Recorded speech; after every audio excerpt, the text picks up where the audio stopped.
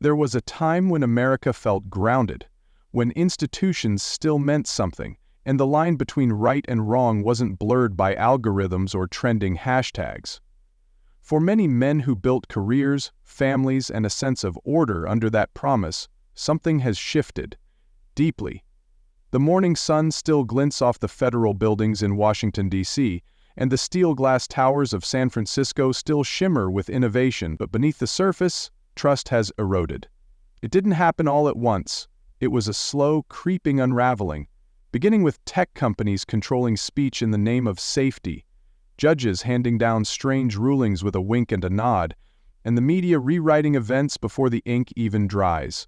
Somewhere along the way, the republic became a reflection of private interests rather than public will. And now, with the re-election of Donald Trump sending fresh waves of division across the country, battle lines are drawn not between states, but between institutions. The latest flashpoint is AuroraNet, a Silicon Valley titan hailed as a marvel of progress, but accused of weaponizing its algorithms to influence political perception. The federal government has opened an antitrust case into the company's consolidation of media channels and user data, and for the first time in years, DC has sent one of its own into the lion's den of the tech world, Karoline Leavitt, the youngest White House press secretary in American history. Smart, disciplined, and surgically composed, she's not just there to testify. She's there to challenge a system that's been bending behind closed doors. Over in San Francisco, the stage is being set. Cameras are rigged inside the courtroom. Security lines snake around the courthouse like a parade of skepticism. Judge Harrow, a revered figure in legal circles, with a career that quietly intersects with Silicon Valley lobbyists and think tanks, has been assigned to preside over the case. To many, he's an intellectual giant. To those paying closer attention, he's a man who has always managed to land on the side of corporate power. In coffee shops and veterans' halls, men watch the headlines with furrowed brows. They've seen promises come and go. They've witnessed jobs disappear, narratives shift, and the moral center drift off course. And now, as another scandal threatens to become just another talking point, there's a hunger, not for spectacle, but for a reckoning. They don't care about hashtags. They care about honor, about order, about truth that doesn't change with the polls. They want to know, is there still someone left who has the spine to call corruption what it is and the courage to face it down, no matter the cost? In the coming hours, that question will be answered not in a speech, but in a moment so raw, so unexpected, it will cut through the noise like a blade through fog. And it will begin, not in a war room or a press release, but with a woman walking silently into a courtroom. Karoline Leavitt knew how to hold a room without saying a word. At just 29, she was already a veteran of the press gauntlet, grilled by hostile reporters, dissected by pundits, and underestimated by nearly everyone outside the West Wing. But she never flinched. That was part of her power. The youngest press secretary in American history, Karoline had earned her post not through charm or political nepotism but through precision, measured language, relentless preparation, and an instinct for when to push and when to hold the line.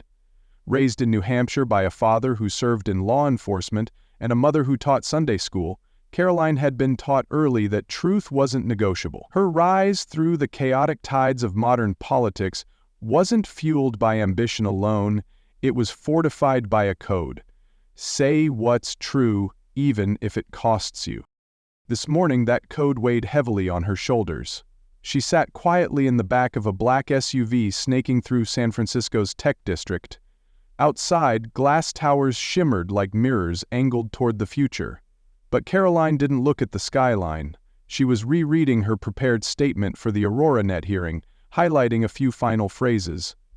In the seat across from her, Isabel Chen, her senior legal aide and a former DOJ ethics advisor, typed away on a laptop.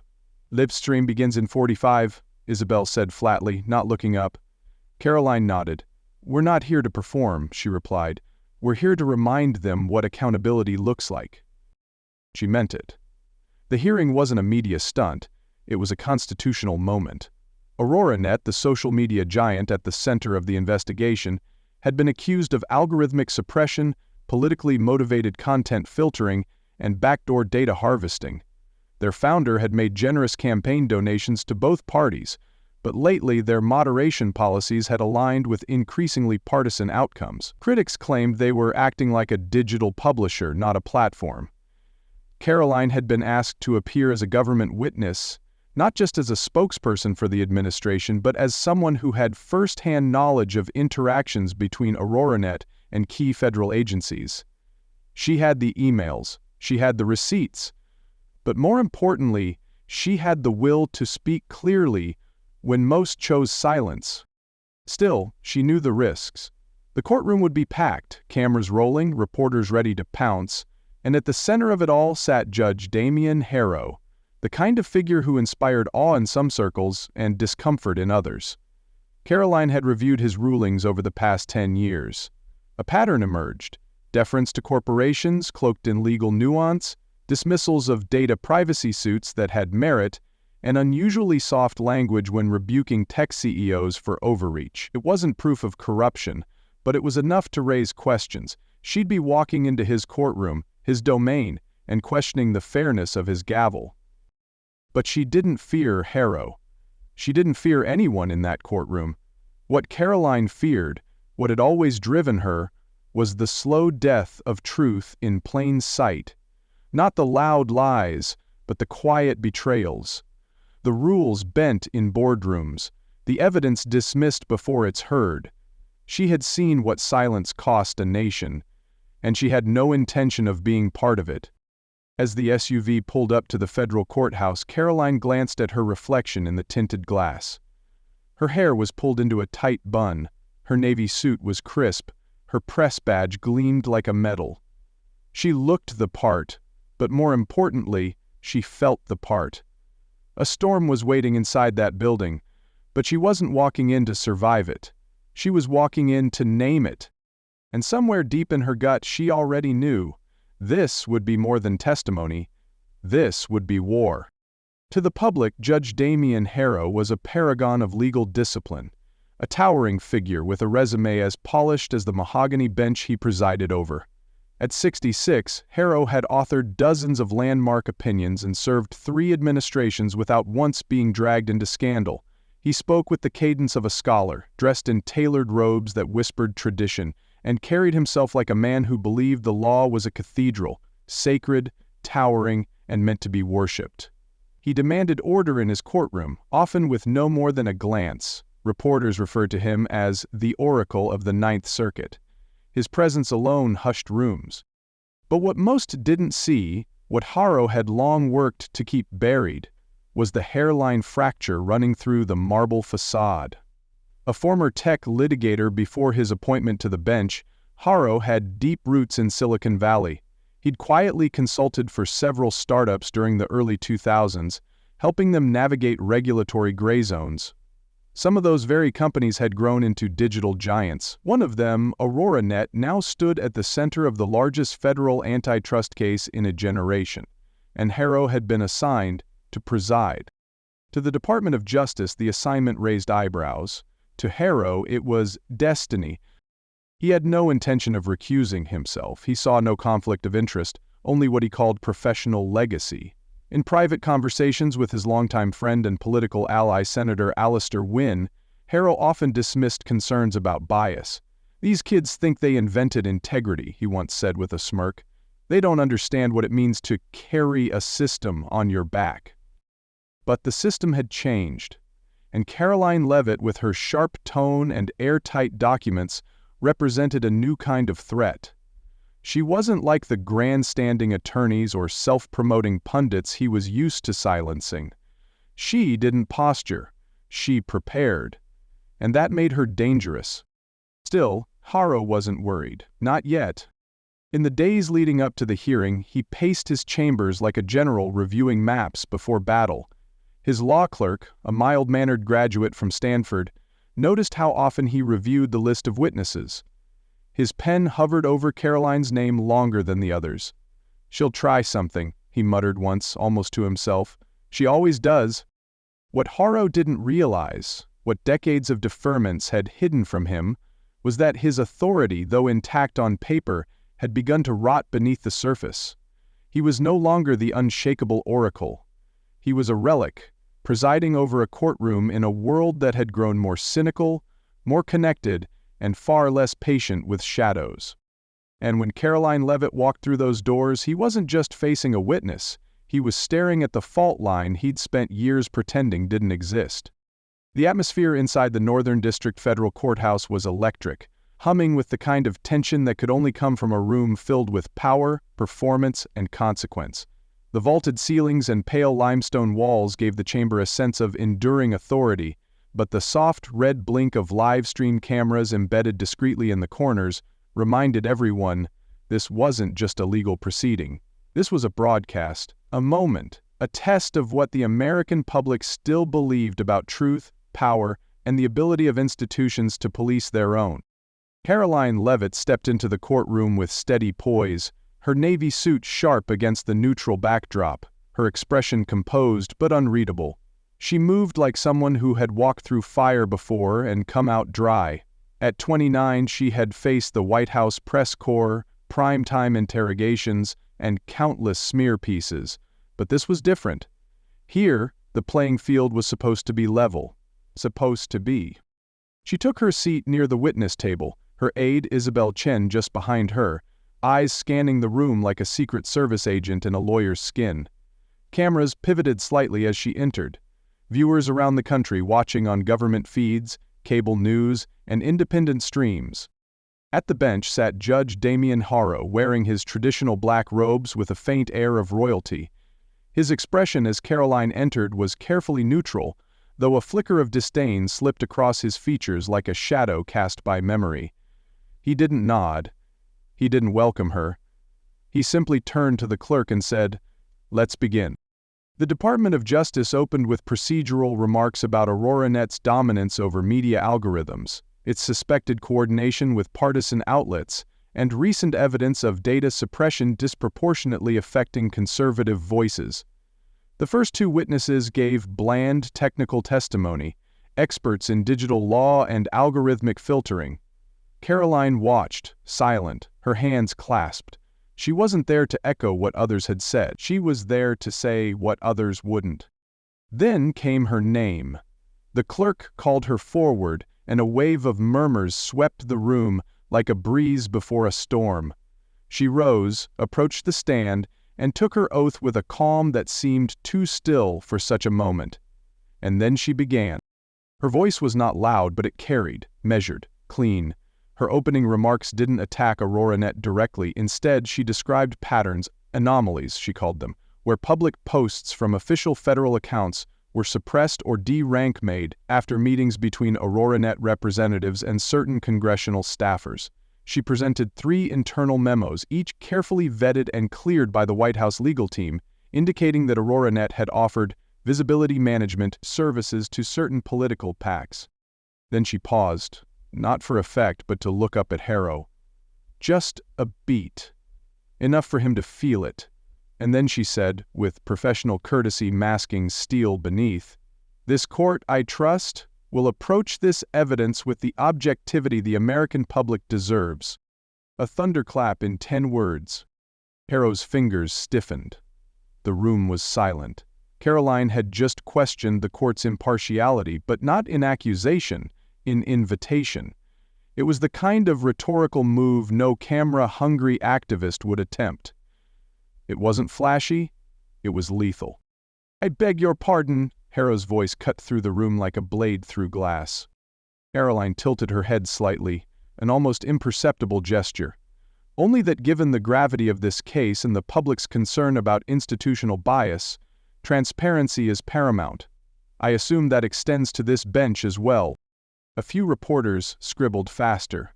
One whispered, "She just went for his throat," with a scalpel. Harrow's eyes narrowed. "Ms. Leavitt," he said, voice tightening, "this is not a political stage." "I agree," she replied instantly. "That's why I'm here to present facts, not spin." It was clear he didn't expect that response. He expected a retreat, or at least a tremble. But Karoline gave him neither, just eye contact and an invitation. confront the truth or be seen avoiding it. The DOJ attorney at her side stayed silent. He knew what she was doing. This was no longer about the memos. This was about framing the fight not as right versus left, but as truth versus influence. The very dichotomy that haunted men like Harrow, who had spent decades claiming to be neutral while their hands worked quietly behind the curtain.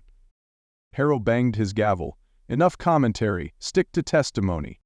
But the damage was done. Karoline hadn't accused him. She hadn't needed to.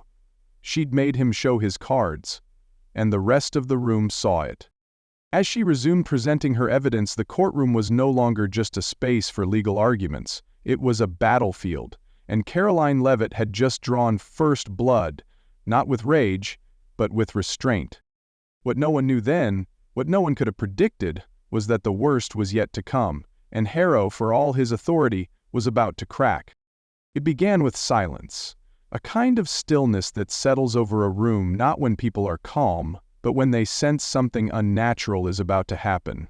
Karoline Leavitt had just finished her testimony, her final statement, delivered with the poise of someone who understood the weight of every syllable, lingered in the air like smoke.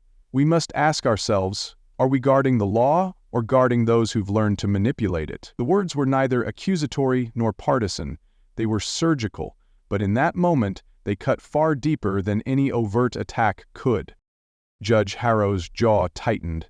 He didn't speak for a few seconds too long. His gavel remained untouched. His eyes, once cold and clinical, now flared with something more volatile.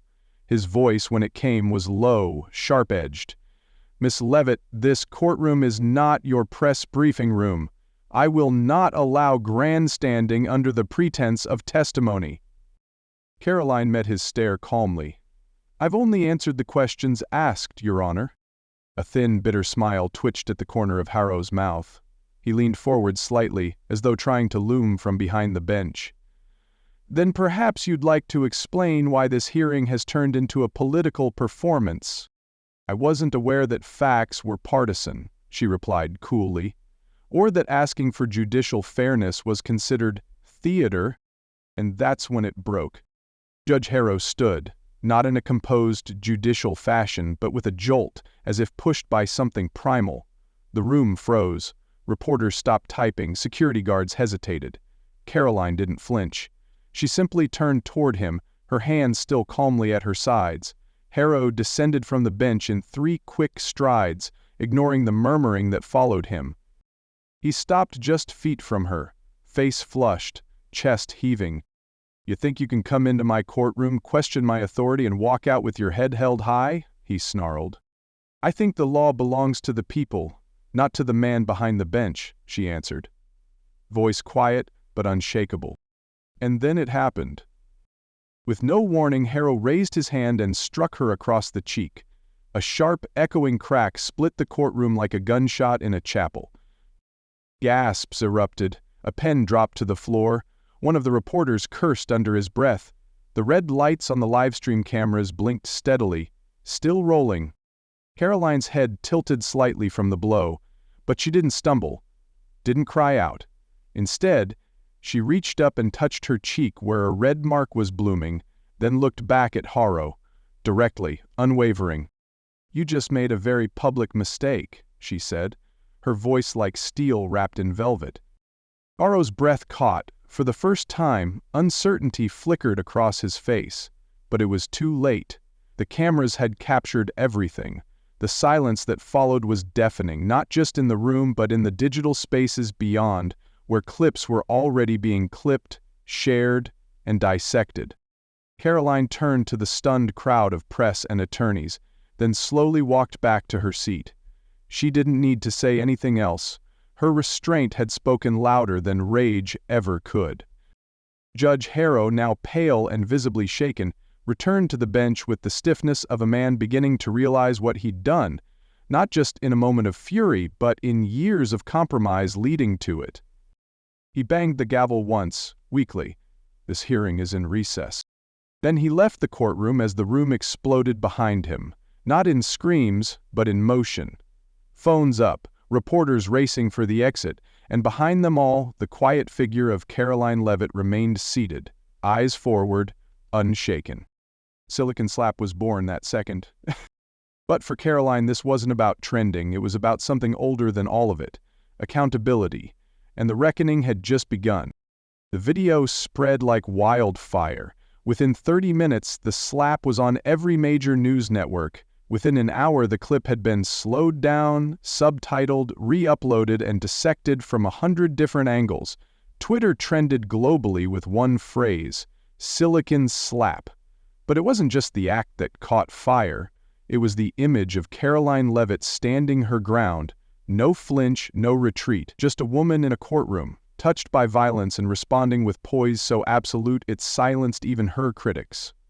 For millions of Americans watching, particularly older men who had spent their lives valuing discipline over theatrics, something in that moment rang with unexpected clarity. It wasn't just a scandal, it was a warning bell, and it was time to ask, what else is hiding behind the bench? In the White House press room, the atmosphere shifted from routine chatter to electric strategy. Karoline had left the courthouse without comment, but her silence only amplified the moment. Inside the black SUV taking her to a secure location, her senior aide Isabel Chen handed her a phone. "Noah Reyes just sent something," she said.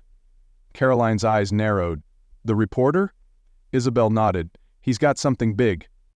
Noah Reyes was no amateur. A former investigative journalist for Wired, he'd left the corporate newsroom years ago after a story on AuroraNet's hidden content deals was spiked without explanation. Since then, he'd built a quiet reputation as a rogue investigator, one who still believed that facts, not headlines, should drive public understanding. When the slap happened, he hadn't wasted a second.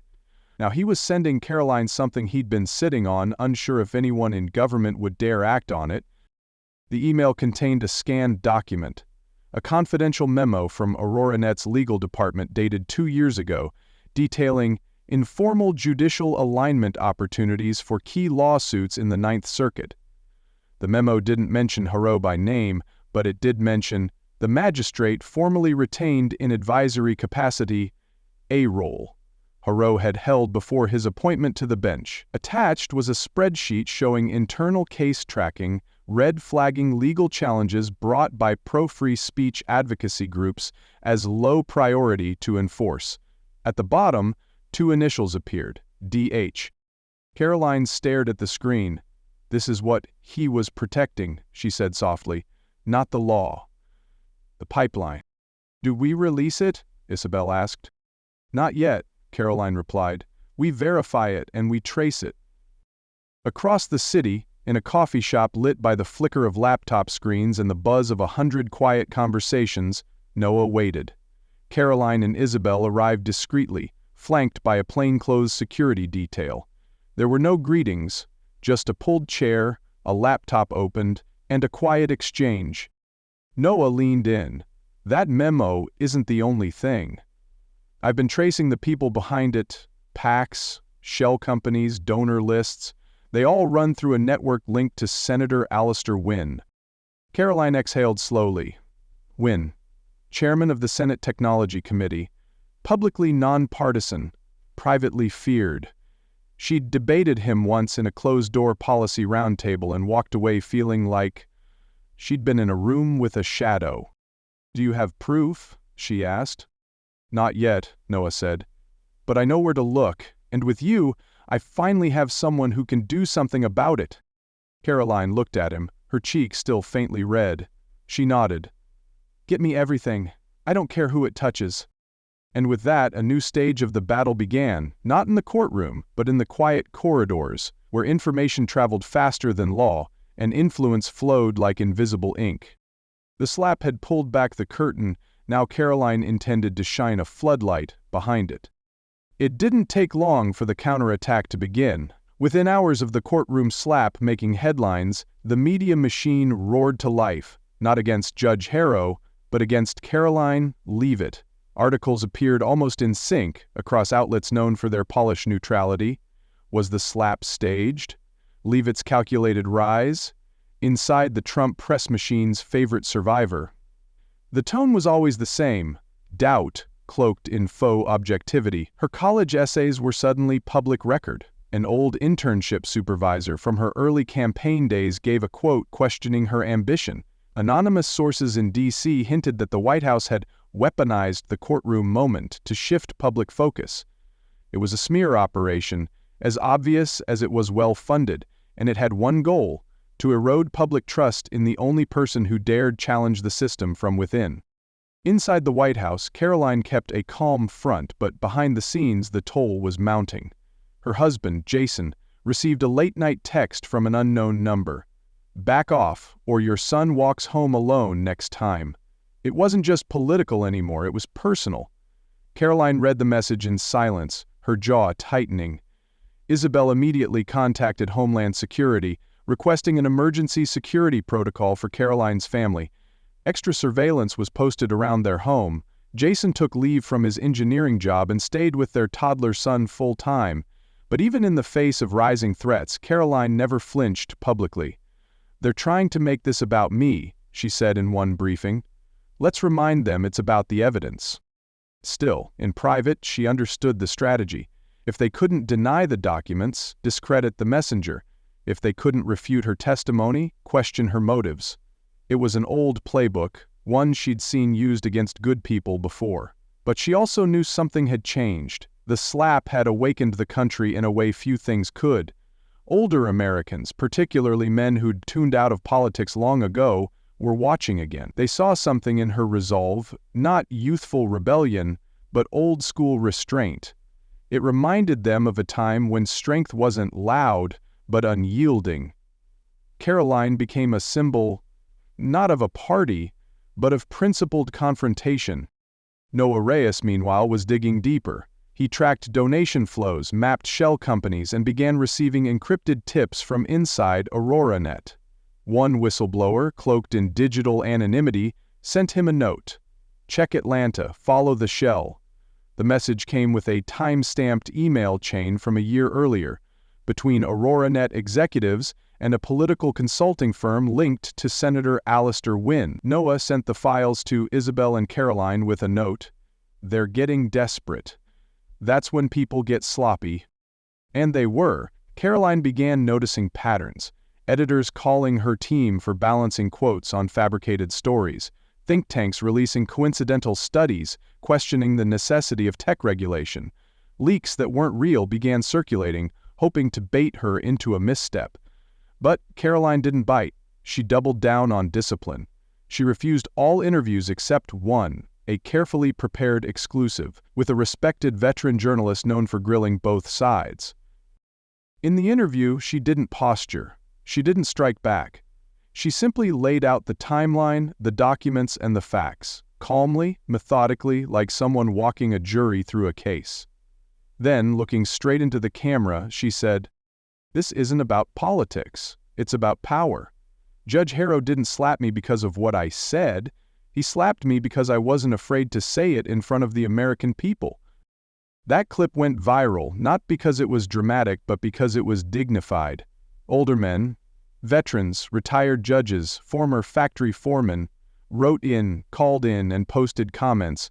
"She speaks like someone who remembers what this country used to be," one wrote, "and what it could be again." For Karoline, the smear campaign wasn't a surprise, but the public's response proved something she'd quietly hoped for all along. They could attack her name, but not her integrity. That she would guard with her life. Her name wasn't leaked to the press, not yet, but inside the secure channels of the White House and the inbox of Noah Reyes, it became the name everyone whispered with cautious hope: Maya Tull. A mid-level compliance officer at AuroraNet, Maya had worked quietly behind the scenes for nearly a decade. She wasn't flashy, she didn't crave attention, she had once believed, fiercely, that tech could democratize truth. But the AuroraNet she'd joined in 2013 was not the same entity that now dominated digital life and dictated invisible lines of censorship. Over the past 2 years, Maya had watched meetings grow more secretive, partnerships more political, and internal ethics reviews quietly shelved. What finally broke her silence, though, wasn't policy. It was a private conversation she overheard between a senior VP and a legal strategist. "Don't worry about the oversight hearing," the VP had said. "Harrow's in place. We own the gavel." At first she dismissed it. People talk big. But when Judge Harrow slapped Karoline Leavitt in full view of the nation, Maya's gut flipped. It wasn't just arrogance, it was fear, a man protecting something deeper. That same night, she contacted a former mentor in government who connected her to Isabel Chen through encrypted back channels. Isabel didn't pressure her, she simply laid out the stakes. "This is bigger than one courtroom, but if you have proof, we can protect you." Within 48 hours, Maya sat down with Karoline and Noah in a secured, windowless meeting room near the Capitol, access coordinated through Justice Department intermediaries. She looked older than her 42 years, tired like someone who had been carrying something far too long, but her voice was steady. She brought printouts, hard drives, and logs, everything she'd been quietly saving for months. What she revealed was explosive. Internal communications showing that AuroraNet executives had engaged in ongoing coordination with Judge Harrow's chambers, discussing not only legal language but also scheduling strategies to delay federal scrutiny. More damning was a series of financial audits she'd flagged, donations routed through an Atlanta-based shell corporation tied to a PAC supporting Senator Alistair Wynne, the same senator who had pushed for Harrow's federal oversight appointment. One memo contained bullet points from an internal board meeting. Ensure Harrow retains jurisdiction. Coordinate with Wynn's office on judicial briefings. Mitigate DOJ exposure via strategic concessions in future testimony. Karoline didn't say much during the meeting, she just listened, her eyes locked on Maya's. When Maya finished, she placed one final envelope on the table, a handwritten note from Harrow, addressed to AuroraNet's legal counsel, thanking them for their discretion and long-term collaboration. It was the crack in the dam they had been waiting for. Still, Karoline understood the risk. "If you speak publicly," she said gently, "they won't just try to discredit you. They'll try to erase you." Maya nodded. "They've already tried. I found someone rifling through my desk last week. My emails have been flagged internally. They're watching me. That's why I'm here now." Isabel contacted DOJ's Witness Security Division immediately. Maya was moved to a secure location, but Karoline didn't wait. That night, she requested a private meeting with the White House Chief of Staff and the Attorney General. She laid the documents on the table and said only one thing: "We need a federal hearing, and we need it now." The slap had lit the fuse. Maya's testimony would become the detonation. Word spread quietly through legal channels. A second hearing was approved, this time not just about AuroraNet's behavior, but about whether Judge Harrow had colluded with private entities while presiding over a case involving them. The implications were enormous. Noah, as always, was working in parallel. He'd prepared an exposé for the Capitol Post, time to go live the moment Maya's name became public. But for now, she was their linchpin. And as Karoline stood alone in her office that evening, holding the note Harrow had once written in quiet confidence, she whispered something not for anyone else, but for herself. They thought silence would save them. They forgot what happens when someone finally speaks. The hearing room in San Jose's federal courthouse had never seen a moment like this. Rows of national media outlets lined the back, their cameras locked in place. Legal correspondents from networks across the political spectrum sat side by side, notebooks open, brows furrowed. The stakes had shifted. What had begun as a tech antitrust case had now cracked open into something far more volatile.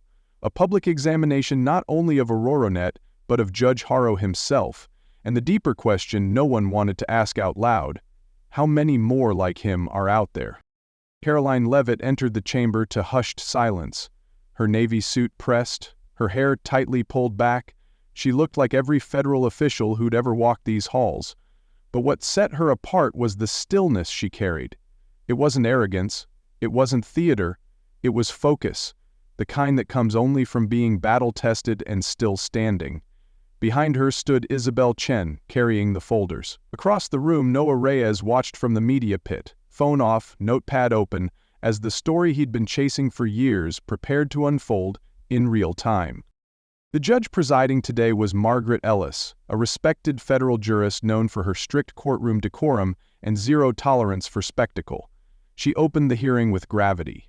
Today we will hear testimony related to serious allegations against Judge Harrow regarding judicial misconduct, conflict of interest, and potential federal crimes involving corporate coordination during ongoing antitrust proceedings. The room exhaled. It was official. This was no longer about a slap. It was about systemic rot. Karoline was called first. She walked to the witness stand and took the oath as if it were muscle memory. Then, slowly, methodically, she laid it all out. Not with fire, but with documentation, dates, chain of custody logs, and names. She didn't accuse Harrow, she showed him. She didn't dramatize Maya's whistleblower claim, she simply handed Judge Ellis the email chain. Then came the handwritten note from Harrow, thanking AuroraNet's legal team for their quiet discretion.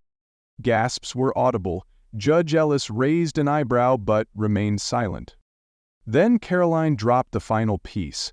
Internal AuroraNet strategy memos outlining the role of Senator Alistair Wynne, detailing payments routed through a shell company in Atlanta, strategic briefings with Harrow, and efforts to stall Department of Justice actions with timed judicial cooperation. In short, she said, voice clear and calm, the court was compromised, and the American people were never supposed to know. At the defense table, Judge Harrow sat not as a jurist, but as a man unraveling. His once impeccable posture wilted, his hands, now bare of his robe, trembled as the paper copies were passed to the bench. Judge Ellis turned to the gallery. We will now hear from the witness known in press reports as Maya. Maya Toole entered the room to a mix of murmurs and respectful silence. Protected under federal witness safeguards, she took the stand and spoke slowly, clearly, like someone with nothing left to protect but the truth. I saw emails, I was in meetings, I flagged payments that went unanswered, and when I brought my concerns to compliance, I was told, quote, "We have friends in the right robes." Her hands shook only once when she added, "I stayed silent too long. I won't anymore." Then something unexpected happened. From the rear entrance, a new figure entered. Senator Wynne's longtime advisor, now subpoenaed after Noah's exposé published hours earlier. He handed over financial records tying PAC money directly to Harrow's wife's foundation, a quiet back channel of influence. The room erupted. Judge Ellis banged the gavel hard. Order! Order! But the tide had turned. In a trembling voice, Harrow finally stood. I never intended to... You'll speak during your testimony, Judge Ellis cut him off, her tone icy, if you choose to give one. Outside the courthouse, the story had already spread like wildfire. Harrow exposed began trending. The Washington Sentinel ran the headline, Karoline Leavitt just redefined what accountability looks like. But for Karoline, there was no celebration. She stood outside the courthouse that night, the wind lifting a few stray strands of hair from her face. Her husband's text appeared on her screen. You were calm. You were right. You were everything they didn't expect. She stared at the words for a moment, then looked toward the city skyline. They thought this would be the end. They were wrong. It was only the beginning. The headlines called it a win. Leavitt brings down Harrow. Wynne resigns in wake of explosive testimony. DOJ opens sweeping judicial corruption probe. News anchors praised her composure, editorial pages debated her courage, and analysts marveled at how a 29-year-old press secretary managed to shake the foundations of two American power structures, big tech and the judiciary, in one coordinated campaign of truth. But Karoline Leavitt didn't feel victorious. Not really, because what she'd exposed wasn't just a few corrupt actors, it was a system that had grown comfortable in its own secrecy, where influence was traded like currency, and truth was only relevant if it fit the narrative. Toppling one judge and one senator was not the end.